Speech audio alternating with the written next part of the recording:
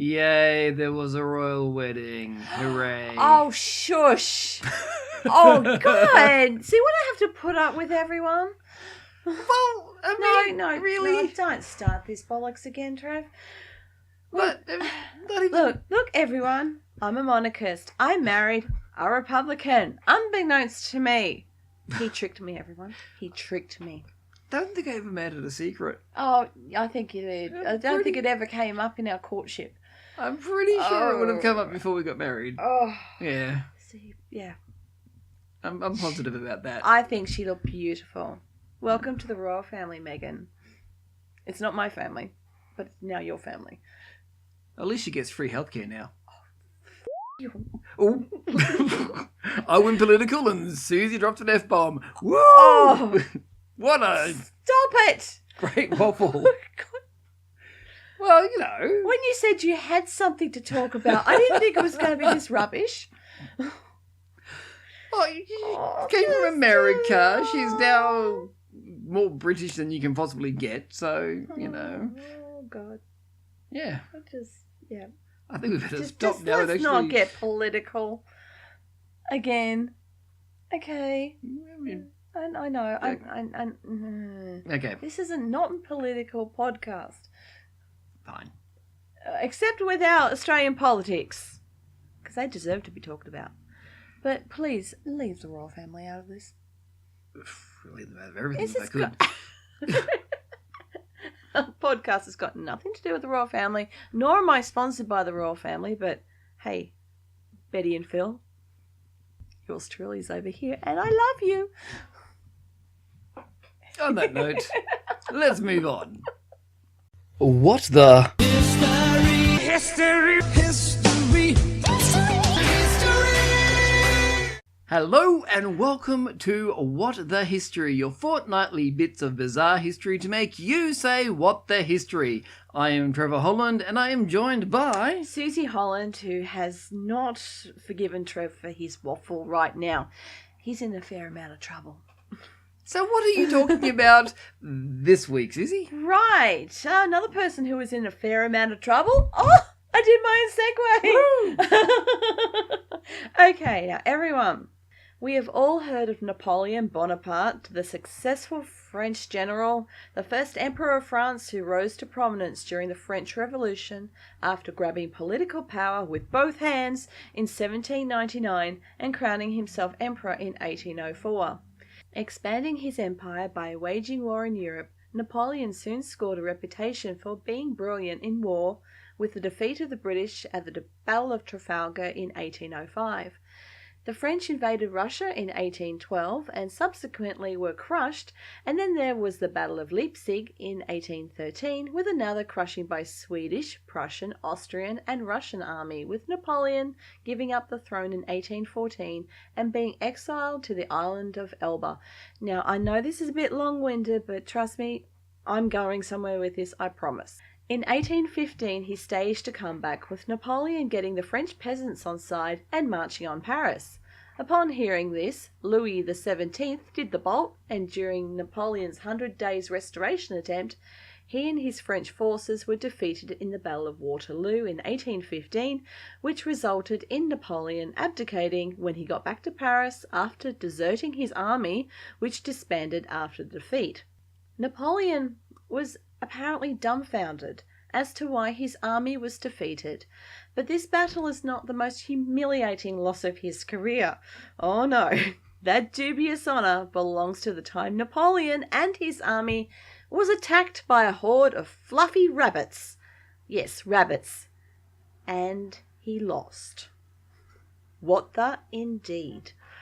Now, the story goes, in July of 1807, Napoleon signed the Treaties of Tilsit with Imperial Russia, marking the end of the animosity between the two countries. As I have advised just before, it didn't last long because eventually Tsar Nicholas of Russia found out that Napoleon had blockaded Russia, which hurt trade into the country and opened Russian ports to neutral ships in 1810, which upset Napoleon, who threw the treaties out and went back to the war game. But back to those bunnies. Napoleon decided that the best way to celebrate the end of the war with Russia was to do a spot of rabbit hunting, and, being a busy man, gave his chief of staff, Alexandre Berthier, the job of organizing the hunt and the participants. What possibly could go wrong, everyone? So Berthier got to work organising the bunnies and participants and managed to corral between several hundred and 3,000 of the fluffy little critters, depending on which source you read, in readiness for the hunt. A tad overboard, but he wanted to make sure this was a memorable occasion, and memorable it sure was. On the day of the illustrious hunt, the rabbits were placed in cages at the edge of a massive field. The locks removed and the hunt participants bounded onto the field, expecting their quarry to be bounding away, ready for the chase. Except they didn't. What happened next surely belongs in the archives of What The, with the rabbits turning around and running towards the bewildered hunting party, much like the storming of the Bastille in 1789, something Napoleon would have remembered. Their hunting party soon thought it was hilarious of the rabbits running towards them, but their laughter soon turned to abject fear when the fluffy bunnies bombarded the hapless hunting party, who in return attempted everything to remove the rabbits, using sticks, clubs, riding crops, and muskets to no avail. Napoleon tried to shoot them, but they kept on coming and coming, and the hunting party were completely outnumbered. A newspaper article written almost 100 years, yes, 100 years, after the Cottontail Cavalcade writes, and I quote, this is long, so bear with me, "All those rabbits, which should have tried in vain, even by scattering themselves, to escape the shots which the august hand destined for them, suddenly collected, first in knots, then in a body, instead of having recourse to a useless flight, they all faced about, and in an instant the whole phalanx threw itself upon Napoleon. The surprise was unbounded, as was Berthier's wrath. At once he assembled the force of coachmen with long whips and darted forward at their head. The rabbits put to flight, Napoleon was delivered, and they were all looking on the incident as a delay comical, no doubt, but well over when, by a wheel in 3 bodies to right and left, the intrepid rabbits turned the Emperor's flank, attacking him frantically in the rear, refused to quit their hold, piled themselves up between his legs until they made him stagger, and forced at the conqueror of conquerors, fairly exhausted, to retreat and leave them in possession of the field." End quote. Beautiful. So Napoleon beat a hasty retreat from the field and into the relative safety of his carriage, but he was followed by the carnivorous critters who, according to historian David Chandler, and again I quote, "With a finer understanding of Napoleonic strategy than most of his generals, the rabbit horde divided into 2 wings and poured around the flanks of the party and headed for the imperial coach." End quote. So like the Bastille, Napoleon was surrounded by fluffy bunnies hell-bent on destruction. These bunnies meant business, and even after the carriage began to move, they were still attacking him, with some brave rabbits entering the carriage itself. So the vision of Napoleon... Sorry. I love this. So the vision of Napoleon slowly moving away, throwing rabbits out of his carriage, is one I won't forget for a while. He eventually got rid of all the rabbits and went on his merry way. But why did it happen? The answer lies with Berthier. Instead of looking in the forests for wild rabbit warrens who would scurry away from humans, Berthier took the path of least resistance and obtained tame rabbits from the surrounding villages. The bunnies were used to humans and knew that humans fed them. They hadn't been fed that day, and when they realized tasty tidbits were not forthcoming from the hunting party, well, let's just say Peter Cottontail and his mates were none too pleased and went on the attack looking for it. So you see, it wasn't just humans that defeated Napoleon. Animals had a go too. Maybe they just wanted to go down in What the History. Wow. Bunnies! Absolutely. Makes you think of Makes you think of Monty Python, the Holy Grail. Yep. The killer rabbit. Run Yep. away! Run away! That's right. Well, I actually did some research to see if there was any correlation between the wild beast from Monty Python, the Holy Grail, and this story, but unfortunately there wasn't. But rabbits have been used since medieval times to take on more human traits in the books the monks illustrated. So there may be a what the on that. Some of the pictures were a scream. Some of them are disturbing, those pictures. The look on their faces. Yep. They're the ones who look murderous. Absolutely. Just goes to show that a critter you can think's fluffy and cute may turn against you in some way. Yes. You know? And it may even be in another army battle-like situation. Yes. Wow, we're both talking about war stuff. Yes, wow. And seeing how this is a bit of a strange thing for me, because usually I don't talk about wars and battles and things. It wasn't really a battle. It was for the rabbits. They were hell bent. Yeah. They're going to feed me. Why aren't you feeding me? Oh. Well, let's just say that bunny rabbits aren't the only furry little critters that have turned the tide of battle. Wow, that was a good segue. Well done. Yeah. Well done, everyone. Give this man a round of applause. Woo! A mighty army can be brought down by many things. Rain, snow, volcanoes, or rabbits, apparently. Nothing apparently about it. It's written. Tactics, subterfuge, and plain old luck can be deciding factors.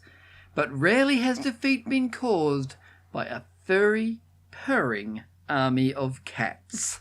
Let me explain. Oh my! In the 6th century BCE, the Egyptians and the Persians had a bit of a rocky relationship and an uneasy peace. Cambyses II of the Achaemenid Empire was a concern for the pharaoh at the time, a pharaoh named Amasis. When Cambyses asked for the daughter of Amasis to be his wife, though, well, Amasis decided he had to take steps. Amasis was concerned his daughter would be a concubine rather than a queen, but still did not want to have any issues with his Persian neighbour. So instead, he disguised a girl by the name of Nytis, who was a daughter of the previous pharaoh, as his own and sent her off to marry Cambyses instead. Nytis, or Nytitis, I apologise for the pronunciation, whose father had actually been killed by Amasis, decided that once she was safely away from Egypt, she would have no further part in this plan, and immediately revealed Amasis' deceit.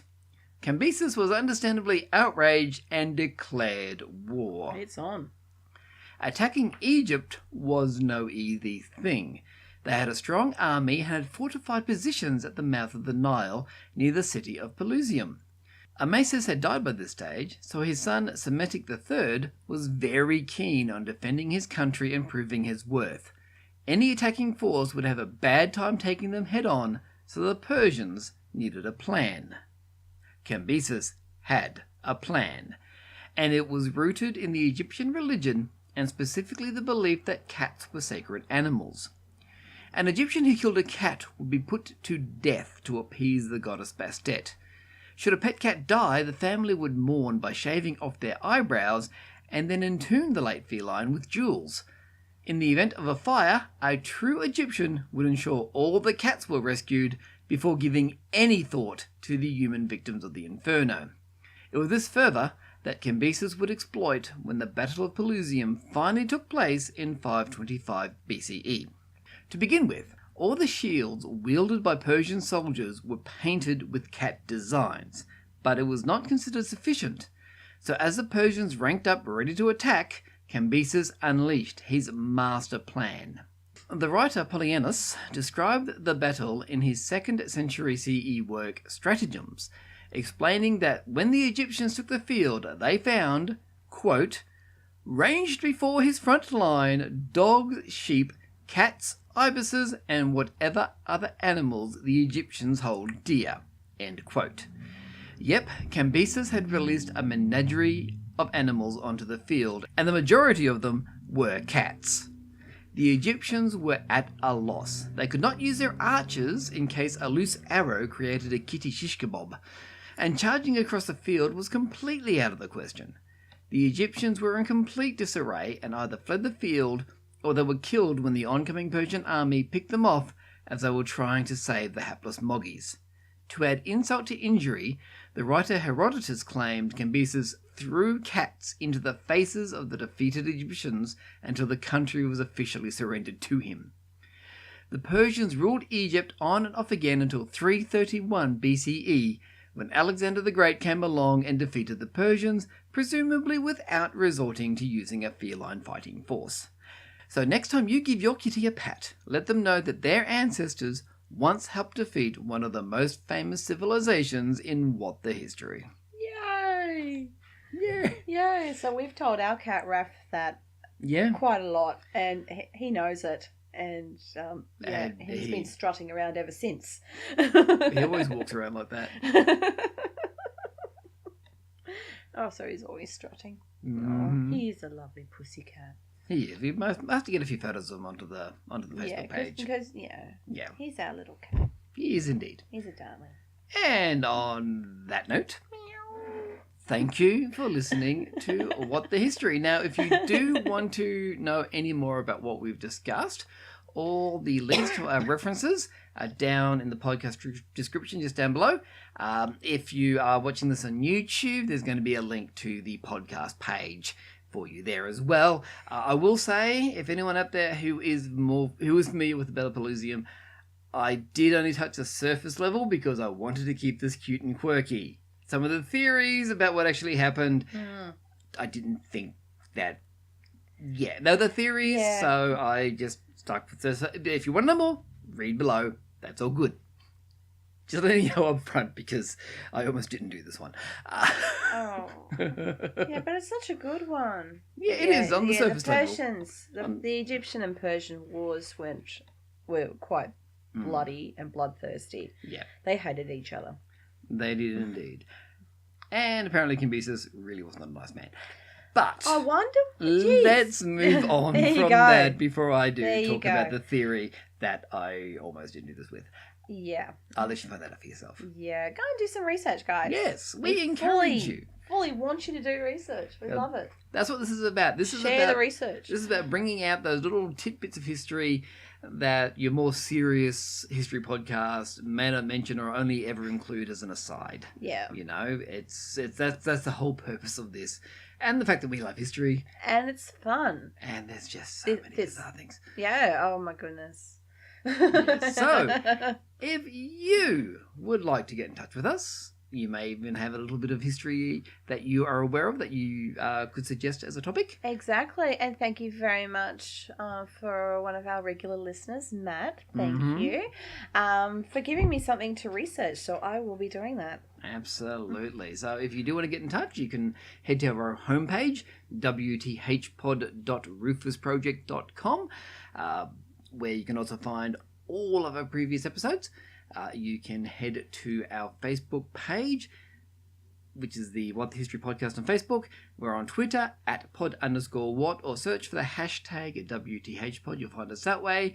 Or you can even just send us an email to wthpod@rufusproject.com. We would definitely love to hear from you. And absolutely. If you have enjoyed this, please share the podcast around, because frankly, I think there's a lot of stuff that, I'm surprised by some of the stuff that we've dug up. Yeah. It should well be shared. Yeah, Napoleon and the rabbits, of all things. That's just crazy. What? Indeed.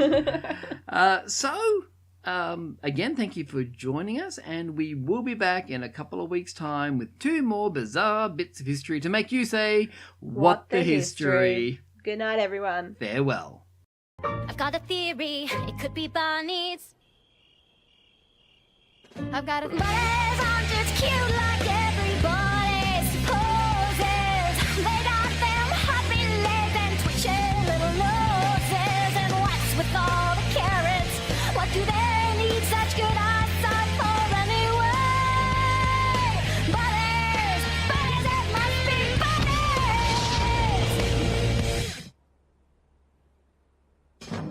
midgets.